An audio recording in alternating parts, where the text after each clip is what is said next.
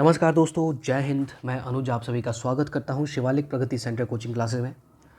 तो दोस्तों, कैसे हैं आप लोग और आप लोगों की कॉम्पिटिटिव एग्ज़ाम्स की तैयारियां कैसी चल रही हैं? आप हमें कमेंट बॉक्स पर ज़रूर कमेंट करें। आपको यदि कॉम्पिटिटिव एग्ज़ाम्स की प्रिपरेशन करने में किसी तरह की समस्या आती है तो आप हमें कमेंट कर सकते हैं दोस्तों। हम आपकी समस्याओं का समाधान करने की पूरी कोशिश करेंगे। तो चलिए दोस्तों, इससे पहले मैंने आपके साथ एक वीडियो अपने इस यूट्यूब चैनल के माध्यम से हमने शेयर किया, जिसमें आर्मी जीडी का जो एग्ज़ाम हुआ है, soldier general duty RO Poona headquarter, जैसे कि आप स्क्रीन पे देख सकते हैं। इसमें जो सामान्य ज्ञान के सवाल थे वो सवाल मैंने आपके साथ डिस्कस किए। आज उसी का पार्ट 2 मैं आपके साथ डिस्कस करूंगा। मैंने कहा था कि मैं इसका पार्ट 2 लेके आऊँगा, जिसमें विज्ञान के सवालों को मैं डिस्कस करूँगा। तो दोस्तों, यदि आप पहली बार हमारा चैनल देख रहे हैं तो आपसे मैं रिक्वेस्ट करता हूँ कि आप हमारे पुराने वीडियोज़ को भी ज़रूर देखें। और यदि अब तक आपने हमारा चैनल सब्सक्राइब नहीं किया तो आप हमारे चैनल को सब्सक्राइब करके हमसे जुड़ सकते हैं दोस्तों। तो चलिए, आज अब विज्ञान के सवालों को आपके साथ डिस्कस करूंगा। क्वेश्चन नंबर 1 से लेकर 15 तक मैं आपसे डिस्कस कर चुका था सवाल। आज क्वेश्चन नंबर 16 को देखते हैं। तो क्वेश्चन नंबर 16 है दोस्तों। क्वेश्चन नंबर 16, मानव शरीर की सबसे बड़ी ग्रंथि खाली स्थान है। इसका ऑप्शन है, ऑप्शन ए किडनी यानी कि गुर्दा, ऑप्शन बी लीवर अर्थात यकृत, ऑप्शन सी हार्ट यानी कि हृदय, ऑप्शन डी लंग्स और फेफड़े। तो इस सवाल का जो सही जवाब है दोस्तों वो ऑप्शन बी है। मानव शरीर की सबसे बड़ी ग्रंथि जो है वो यकृत है। मानव शरीर की सबसे बड़ी ग्रंथि यकृत है। अब यदि आपसे सवाल पूछा होता मानव शरीर की सबसे छोटी ग्रंथि कौन सी है, तो मानव शरीर की सबसे छोटी ग्रंथि जो है वो पीयूष ग्रंथि है। पीयूष ग्रंथि को हम मास्टर ग्रंथि भी कहते हैं। ये भी आपसे सवाल पूछा जा सकता है कि किस ग्रंथि को मास्टर ग्रंथि कहा जाता है, तो पीयूष ग्रंथि को मास्टर ग्रंथि यानी कि पिट्यूटरी ग्लैंड को हम मास्टर ग्रंथि भी कहते हैं। सवाल आपसे पूछा जाए दोस्तों कि एमरजेंसी ग्लैंड किसे कहते हैं। एमरजेंसी ग्लैंड यानी कि आपातकालीन हार्मोन जो है, एमरजेंसी ग्लैंड यानी कि एमरजेंसी ग्रंथि किसे कहा जाता है, तो एड्रिनल ग्रंथि को एमरजेंसी ग्लैंड कहा जाता है दोस्तों। ग्रंथियां दो तरह की होती हैं। ग्रंथियां जो हैं वो दो तरह की होती है। एक होती है एक्सोक्राइनल, जिसे हम हिंदी में बाह्य स्रावी ग्रंथि कहते हैं, और दूसरी होती है एंडोक्राइनल ग्लैंड, जिसे हम अंतःस्रावी ग्रंथि कहते हैं। तो ये जो बाह्य स्रावी ग्रंथियां हैं दोस्तों, ये एंजाइम का निर्माण करती है। बाह्य स्रावी ग्रंथियां एंजाइम का निर्माण करती है और अंतःस्रावी ग्रंथियां जो है ये हार्मोन का निर्माण करती है। अंतःस्रावी ग्रंथियां हार्मोन का निर्माण करती है। जैसे आपसे सवाल पूछ लिया जाए, एक ग्रंथि है हमारे शरीर की सबसे बड़ी अंतःस्रावी ग्रंथि जो है उसका नाम है थायराइड। थायराइड जो है एक अंतःस्रावी ग्रंथि है और थायराइड एक हार्मोन का निर्माण करती है, उसका नाम है थायरॉक्सिन। इसी तरह से एक और ग्रंथि है पैनक्रियाज, जिसे हम अग्नाशय भी कहते हैं। तो पैनक्रियाज जो है ये एक ग्रंथि है जो कि एक हार्मोन का निर्माण करती है। उस हार्मोन का नाम है इंसुलिन। इंसुलिन एक हार्मोन है दोस्तों जो कि पैनक्रियाज ग्रंथि के द्वारा निर्माण जिसका किया जाता है। इस बात को आप ध्यान रखिए, सवाल कई बार एग्जाम में पूछा गया है। अब आपसे यहाँ पे कुछ और तरह के सवाल एग्जाम में पूछे जा सकते हैं। जैसे दोस्तों, यदि आपसे सवाल पूछ लिया जाए कि हमारे शरीर में यूरिया का निर्माण कहाँ पे होता है, या आपसे सवाल पूछ लिया जाए हमारे शरीर में पित्तरस, जिसे हम इंग्लिश में बाइल जूस कहते हैं, बाइल जूस, तो हमारे शरीर में यूरिया का निर्माण हो या पित्तरस का निर्माण कहाँ पे होता है, ये इस सवाल का जो जवाब होगा वो यकृत ही होगा। यकृत में यूरिया का और पित्तरस का निर्माण होता है।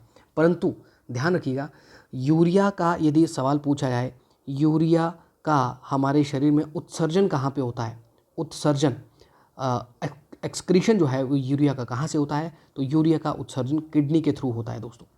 और बाइल जूस आपको सवाल पूछा जा सकता है कहाँ पे इकट्ठे किया जाता है, बाइल जूस कहाँ पे स्टोर होता है, तो बाइल जूस इकट्ठे होता है गॉल ब्लैडर में, जिसे हम पित्ताशय कहते हैं।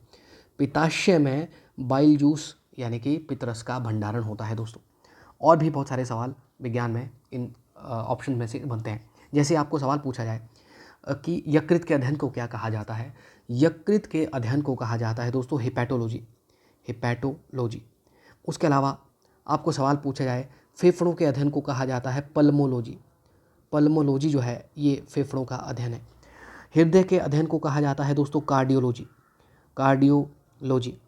उसी तरह से नेफ्रोलॉजी जो है, नेफ्रोलॉजी ये किडनी का अध्ययन है। न्यूरोलॉजी दिमाग का अध्ययन है। और यदि आपको सवाल पूछा जाए, जैसे यहाँ पे सवाल पूछा है मानव शरीर की सबसे बड़ी ग्रंथि कौन सी है, यदि सवाल पूछा होता मानव शरीर का सबसे बड़ा अंग कौन सा है, तो मानव शरीर का सबसे बड़ा अंग वो है वो त्वचा है, त्वचा। और त्वचा के अध्ययन को हम डर्मेटोलॉजी कहते हैं। डर्मेटोलॉजी जो है ये त्वचा का ही अध्ययन है। ये कई बार इंडियन आर्मी में यही सवाल पूछा गया है। आपसे सवाल पूछ लिया जाए हमारे शरीर की सबसे बड़ी हड्डी कौन सी है, तो हमारे शरीर की सबसे बड़ी हड्डी है फीमर। फीमर जो है ये जांघ की हड्डी है दोस्तों। कई बार इस तरह से भी एग्जाम में सवाल पूछे जाते हैं। इंडियन आर्मी में सवाल जो होते हैं वो बहुत ज़्यादा मुश्किल नहीं होते। यदि आप अच्छे से प्रिपरेशन करो तो आप एग्ज़ाम को बहुत अच्छे से क्लियर कर सकते हो। चलिए नेक्स्ट क्वेश्चन देखते हैं। क्वेश्चन नंबर 17 दोस्तों। क्वेश्चन नंबर 17 है कि रेलगाड़ी के अचानक रुकने पर आदमी खालिस्तान गिरता है। ऑप्शन ए नीचे की ओर, ऑप्शन बी ऊपर की ओर, ऑप्शन सी पीछे की ओर, ऑप्शन डी आगे की ओर। तो रेलगाड़ी के अचानक रुकने पर आदमी जो है दोस्तों आगे की ओर गिरता है। और यदि एक रुकी हुई रेलगाड़ी अचानक से चलती है तो व्यक्ति पीछे की ओर गिरेगा।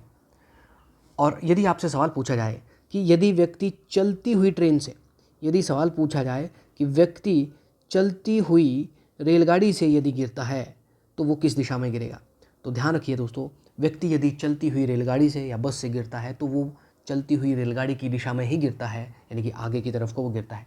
न्यूटन के जो लॉज हैं, लॉज ऑफ मोशन, न्यूटन ने गति के नियम दिए दोस्तों। गति के नियमों में जो पहला नियम है उसी के ये एग्जाम्पल है। तो आपको न्यूटन की गति के नियम मालूम होने चाहिए, first law, second law, third law, और इनका जो अनुप्रयोग आपको मालूम होने चाहिए। चलिए आगे सवाल देखते हैं। क्वेश्चन नंबर 18, रेबीज़ किसके कारण होता है? ऑप्शन ए प्रदूषण, ऑप्शन बी दूषित भोजन, ऑप्शन सी कुत्ते के काटने से, ऑप्शन डी दूषित पानी से। तो इस सवाल का जो सही जवाब है दोस्तों वो ऑप्शन सी है। रेबीज़ जो है ये एक वायरस यानी कि विषाणु से होने वाली बीमारी है और ये कुत्ते के काटने से होती है। कुत्ते के काटने से रेबीज़ होता है। रेबीज़ को हम हाइड्रोफोबिया भी कहते हैं। रेबीज़ को हम हाइड्रोफोबिया भी कहते हैं दोस्तों। हाइड्रो मतलब पानी, फोबिया मतलब डर। तो पानी से डर जो है रेबीज़ बीमारी का दूसरा नाम है हाइड्रोफोबिया। तो कभी कभी रेबीज़ की जगह हाइड्रोफोबिया भी लिखा जा सकता है। रेबीज़ और हाइड्रोफोबिया एक ही बीमारी के नाम है। मैंने पहले भी आपसे कहा दोस्तों, बीमारियों से अक्सर एग्जाम में सवाल पूछे जाते हैं, तो बीमारियों का जो टॉपिक आप ज़रूर तैयार करें, कौन सी बीमारी किस वजह से होती है या किस अंग को प्रभावित करती है। इस तरह से रेबीज़ जो है ये हमारी तंत्रिका तंत्र को प्रभावित करता है। रेबीज़ तंत्रिका तंत्र मतलब नर्वस सिस्टम को ये प्रभावित करता है। क्वेश्चन नंबर 19 है दोस्तों। ऊर्जा का प्राकृतिक स्रोत है। ऑप्शन ए इलेक्ट्रिसिटी यानी कि बिजली, ऑप्शन बी घर्षण, option C battery, option D सूर्य। तो इस सवाल का जो सही जवाब वो ऑप्शन डी है दोस्तों। सूर्य जो है ऊर्जा का प्राकृतिक स्रोत है। ऊर्जा के प्राकृतिक स्रोत और भी बहुत सारे हैं। जैसे प्राकृतिक स्रोत मतलब जो नेचर में पाए जाते हैं या नेचुरल होते हैं, जो जैसे कोयला, आपको सवाल पूछ लिया जाए कोयला हो गया, या फिर पेट्रोलियम हो गया दोस्तों, पेट्रोलियम जिसे हम कच्चा तेल भी कहते हैं। या फिर आपको सवाल पूछा जा सकता है कि जो प्राकृतिक गैस है, प्राकृतिक गैस हो गया, या फिर आपको सवाल पूछा जाए पवन ऊर्जा हो गया, पवन ऊर्जा यानी कि हवा, या फिर आपको सवाल पूछा जाए जल ऊर्जा हो गया, या फिर आपको सवाल पूछा जाए सूर्य जो है, सूर्य, ये सभी जो है ऊर्जा के प्राकृतिक स्रोत हैं दोस्तों, नेचर में पाए जाते हैं। नेक्स्ट क्वेश्चन है कि क्वेश्चन नंबर 20 है, मोटर कार की हेडलाइट में कौन सा दर्पण प्रयोग होता है? ऑप्शन ए उत्तल, ऑप्शन बी साधारण, ऑप्शन सी अवतल, ऑप्शन डी काला।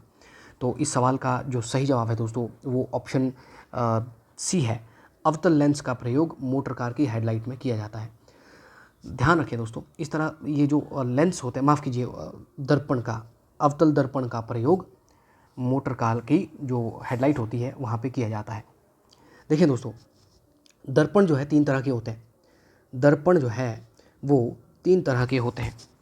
एक है उत्तल दर्पण, दूसरा है अवतल दर्पण, अवतल, और तीसरा है दोस्तों, तीसरे प्रकार का दर्पण है वो समतल दर्पण है, समतल, जिसको हम प्लेन मिरर कहते हैं। तो आपको उत्तल दर्पण को कन्वेक्स लेंस कहते हैं, आप यहाँ पे क्वेश्चन में भी देख सकते हैं, और अवतल दर्पण को कनकेव लेंस कहते हैं। उत्तल दर्पण का प्रयोग जो गाड़ियों में साइड मिरर होता है, पीछे देखने के लिए उत्तल दर्पण का प्रयोग किया जाता है। पर यहाँ पे सवाल पूछा गया है गाड़ियों की हेडलाइट में, कार की हेडलाइट में कौन से लेंस का किया जाता है प्रयोग, वो अवतल दर्पण है। गाड़ियों में पीछे देखने के लिए, और यदि सवाल पूछा जाए कि सोडियम परावर्तक लेंस जो है, सोडियम परावर्तक लेंस, सोडियम परावर्तक लेंस जो है ये, माफ़ कीजिए, सोडियम परावर्तक लेंस जो है ये उत्तल दर्पण के बनते हैं। गाड़ियों में पीछे देखने के लिए जो दर्पण होता है दोस्तों, साइड मिरर, वो उत्तल दर्पण होता है। बाकी आपको सवाल पूछ लिया जाए, जैसे आपको सवाल पूछ लिया जाए दाढ़ी बनाने के लिए कौन सा दर्पण प्रयोग करते हैं, आपको पूछ लिया जाए नाक का डॉक्टर, दांत का डॉक्टर, आँख का डॉक्टर या फिर कान का डॉक्टर जो है वो कौन से दर्पण का प्रयोग करता है। इसके अलावा आपको सवाल पूछा जा सकता है जैसे सोलर लाइट जो है, सोलर लाइट में या फिर सर्च लाइट में कौन सा दर्पण प्रयोग किया जाता है। आपसे सवाल पूछ लिया जा सकता है कि गाड़ियों की जो हेडलाइट होती है, जैसे यहाँ पे सवाल पूछा गया है कार की हेडलाइट, गाड़ियों की हेडलाइट में कौन सा दर्पण होता है। इन सभी का जो जवाब होगा दोस्तों वो अवतल दर्पण होगा। इन सभी सवालों का जवाब अवतल दर्पण होगा। उत्तल दर्पण का प्रयोग गाड़ियों में पीछे देखने के लिए जो साइड मिरर होते हैं वहीं पे किया जाता है। समतल दर्पण का प्रयोग हम घरों में करते हैं। घरों में जो दर्पण होता है वो समतल दर्पण होता है। यहाँ पे 3 तरह के और भी सवाल आपको पूछे जाते हैं। आपको सवाल पूछा जा सकता है कि उत्तल दर्पण में जो प्रतिबिंब कैसा बनता है, अवतल दर्पण में कैसा बनता है और समतल दर्पण में प्रतिबिंब कैसा बनता है। तो समतल दर्पण में जो प्रतिबिंब बनता है दोस्तों, प्लेन मिरर में जो प्रतिबिंब बनता है वो प्रतिबिंब काल्पनिक होता है, वस्तु के बराबर होता है और वस्तु के बराबर होता है और वो उल्टा होता है, उल्टा, यानी कि लेटरल इन्वर्स होता है दोस्तों। अवतल दर्पण में, माफ़ कीजिए, जो घरों में जो समतल दर्पण होता है, समतल दर्पण में जो प्रतिबिंब बनता है वो काल्पनिक बनता है, वस्तु के बराबर बनता है और उल्टा बनता है।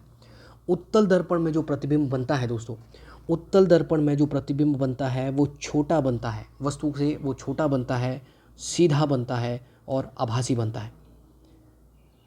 और अवतल दर्पण में जो प्रतिबिंब बनता है वो बड़ा बनता है दोस्तों, उल्टा बनता है, बड़ा बनता है, उल्टा बनता है और वो भी आभासी होता है। Very very important question. ये जो टॉपिक है, इस टॉपिक में से एग्ज़ाम में कई बार सवाल बनते हैं। नेक्स्ट क्वेश्चन देखते हैं। नेक्स्ट क्वेश्चन है दोस्तों कि क्वेश्चन नंबर 21 है, निम्न में से कौन सा रक्त समूह सर्वग्राही है।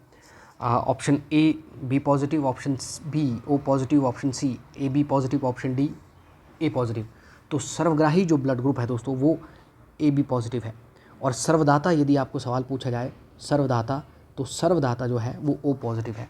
पिछले वीडियो में मैंने इनको भी काफ़ी डिटेल में डिस्कस किया है, विज्ञान का पिछला जो पेपर हमने डिस्कस किया था।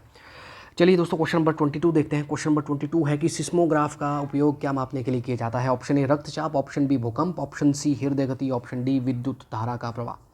तो भूकंप को मापने का जो अर्थक्वेक को मापने का जो यंत्र है उसका नाम है सिस्मोग्राफ। सिस्मोग्राफ जो है भूकंप को मापता है। रक्तचाप को मापा जाता है, उस यंत्र को कहते हैं हम स्फिग्मोमैनोमीटर।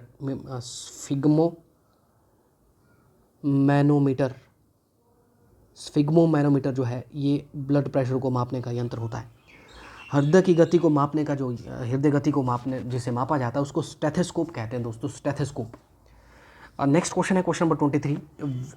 विद्युत का एसआई मात्रक क्या है, यानी कि the SI unit of power is, option A watt, option B joule, option C coulomb, option D ampere. तो पावर यानी कि शक्ति का जो एसआई यूनिट है दोस्तों वो वॉट है। Option A is the right option. Power का जो एसआई यूनिट है शक्ति का वो ऑप्शन ए है दोस्तों, वॉट। इसके अलावा आपको यदि सवाल पूछा जाए विद्युत धारा का, यदि आपको पूछा जाता कि विद्युत धारा का मात्रक क्या है या ऐसा यूनिट क्या है, तो विद्युत धारा का ऐसा यूनिट है एम्पियर। सवाल यदि पूछा जाता कि विद्युत आवेश का यूनिट क्या है, तो विद्युत आवेश का जो यूनिट है दोस्तों वो कूलाम है। अब सवाल यदि पूछा होता कूलाम, कूलाम इस तरह से होगा दोस्तों, ये कूलाम जो है ये विद्युत धारा का, माफ़ कीजिए, विद्युत आवेश का ऐसा यूनिट है। सवाल यदि पूछा गया कि विद्युत प्रतिरोध का, विद्युत प्रतिरोध यानी कि इसको हम इलेक्ट्रिक रेजिस्टेंस कहेंगे, विद्युत प्रतिरोध का ऐसा यूनिट यदि आपसे सवाल पूछा जाए किसे कहते हैं, तो ओम जो है ये विद्युत प्रतिरोध का ऐसा यूनिट है। इसके अलावा कुछ और ऐसा यूनिट आपको एग्ज़ाम में पूछे जाते हैं। ये जो सवाल है दोस्तों, ये जो एसआई यूनिट का मात्रक क्या है, इस तरह से ये बहुत इंपॉर्टेंट टॉपिक है। यहाँ से अक्सर इंडियन आर्मी में सवाल पूछे जाते हैं। जैसे आपको सवाल पूछा जा सकता है कि कार्य का या फिर ऊर्जा का मात्रक क्या है, तो कार्य और ऊर्जा का मात्रक जो है दोस्तों वो जूल है। कार्य और ऊर्जा का मात्रक जो है वो जूल है। इसी तरह से आपसे कुछ और सवाल, जैसे आपको सवाल पूछा जाए कि प्रकाश वर्ष जो है ये किसकी इकाई है या किसका मात्रक है, तो प्रकाशीय दूरी या फिर खगोलीय दूरी हो दोस्तों, या फिर प्रकाशीय दूरी लिखा जा सकता है, प्रकाशीय दूरी। या फिर सवाल पूछा जा सकता है कि आपको सवाल पूछा जा सकता है कि सूर्य के दो तारों के बीच की दूरी को किससे मापते हैं, या ग्रहों के बीच की दूरी किससे मापते हैं, तो वो प्रकाश वर्ष से मापते हैं। This is very very important. प्रकाश वर्ष जो है ये खगोलीय दूरी का एक यूनिट है, खगोलीय दूरी की इकाई है। Very very important. Question number 24 है दोस्तों, हमारे शरीर में स्नायु क्या जोड़ते हैं? Option A muscle to bone यानी कि मांसपेशी से हड्डी को, ऑप्शन बी मांसपेशी से मांसपेशी को, ऑप्शन सी मांसपेशी से चमड़ी को, ऑप्शन डी हड्डी से हड्डी को। तो दोस्तों जो लिगामेंट होते हैं, यानी कि जो लिगामेंट हमारे जो होते हैं वो हड्डी से हड्डी को जोड़ते हैं। लिगामेंट जो है दोस्तों ये हड्डी से हड्डी को जोड़ते हैं। और यदि सवाल पूछा होता कि टेंडन किसे जोड़ते हैं, तो टेंडन जोड़ता है मांसपेशी को हड्डी से। टेंडन मांसपेशी को हड्डी से जोड़ता है, और लिगामेंट जो होते हैं वो हड्डी से हड्डी को जोड़ते हैं, यानी कि ऑप्शन डी जो है वो इसका सही आंसर है। क्वेश्चन नंबर 25 है दोस्तों। क्वेश्चन कार्बन एवं हाइड्रोजन के यौगिकों को क्या कहते हैं? ऑप्शन ए शर्करा, option B carbohydrates, option C hydrocarbon, option D कार्बनिक यौगिक। बहुत आसान सा सवाल है। कार्बन और हाइड्रोजन से बने यौगिकों को हम हाइड्रोकार्बन कहते हैं। हाइड्रोकार्बन जैसे मीथेन, इथेन, प्रोपेन, ब्यूटेन जो है ये सभी के सभी हाइड्रोकार्बन ही हैं। क्वेश्चन नंबर 26 है दोस्तों कि सोडियम का रासायनिक चिन्ह क्या है? Option A NU, option B SO, option C Na, option D SD। This is very very important question. आपको कई तत्वों के कई तत्वों के रासायनिक चिन्ह मालूम होने चाहिए। तो सोडियम का रासायनिक चिन्ह है Na। हाइड्रोजन का जो रासायनिक चिन्ह है दोस्तों, हाइड्रोजन H है। हीलियम का रासायनिक चिन्ह HE है। लिथियम का Li है। कार्बन का C है। नाइट्रोजन का रासायनिक चिन्ह यदि पूछा जाए वो Na है। ठीक है, उसके बाद ऑक्सीजन का O है। आपको और भी बहुत सारे, जैसे सोडियम का पूछ लिया, मैग्नीशियम का Mg है। एल्यूमिनियम का Al है दोस्तों। कैल्शियम का Cl है, माफ़ कीजिएगा, कैल्शियम का जो रासायनिक चिन्ह होगा वो Ca होगा। इसी तरह से आपको जैसे पारे का रासायनिक चिन्ह पूछा जा सकता है, पारे का Hg है, मरकरी जिसे हम कहते हैं। आपको सोने का पूछा जा सकता है Au, चांदी का पूछा जा सकता है Ag। इसी तरह से कॉपर यानी कि तांबे का आपसे सवाल पूछा जा सकता है रासायनिक चिन्ह, तो Cu जो है वो कॉपर का रासायनिक चिन्ह है। जस्ता यानी कि जिंक का पूछा जाए तो Zn, लेड का पूछा जाए तो Pb, टिन का पूछा जाए तो Sn जो है, ये रासायनिक चिन्ह आपको मालूम होने चाहिए दोस्तों। कई बार एग्जाम में यहाँ से सवाल बनते हैं, कई बार यहाँ से सवाल पूछे भी जा चुके हैं। चलिए नेक्स्ट क्वेश्चन देखते हैं। क्वेश्चन 27 है दोस्तों कि बॉक्साइट किस धातु का अयस्क है? ऑप्शन ए सोना, option B aluminium, option C copper, option D तांबा। माफ़ कीजिए, ऑप्शन डी है टिन। तो बॉक्साइट जो है ये एल्यूमिनियम का एक अयस्क है। बॉक्साइट एल्यूमिनियम का अयस्क है दोस्तों। आपको यदि सवाल पूछा जाए कि हेमेटाइड या फिर मैग्नेटाइड ये किसके अयस्क हैं, तो हेमेटाइड और मैग्नेटाइड जो है ये लोहे के अयस्क हैं। आपको सवाल पूछा जाए दोस्तों सीनाबार किसका अयस्क है? सीनाबार वेरी वेरी इंपॉर्टेंट। सीनाबार जो है ये पारे का अयस्क है। पारे का या फिर मरकरी का जो अयस्क है वो सीनाबार है। क्वेश्चन नंबर 28 है दोस्तों कि सल्फ्यूरिक अम्ल है, सल्फ्यूरिक अम्ल का रासायनिक सूत्र क्या है? तो सल्फ्यूरिक अम्ल का रासायनिक सूत्र जो है वो H2SO4 है। H2SO4 ये सल्फ्यूरिक अम्ल का रासायनिक सूत्र है। ये नाइट्रिक अम्ल का है HNO3। और हाइड्रोक्लोरिक अम्ल का पूछा जाए, हाइड्रोक्लोरिक अम्ल का रासायनिक सूत्र यदि पूछा जाए तो हाइड्रोक्लोरिक का रासायनिक सूत्र ये लिखा है HCl।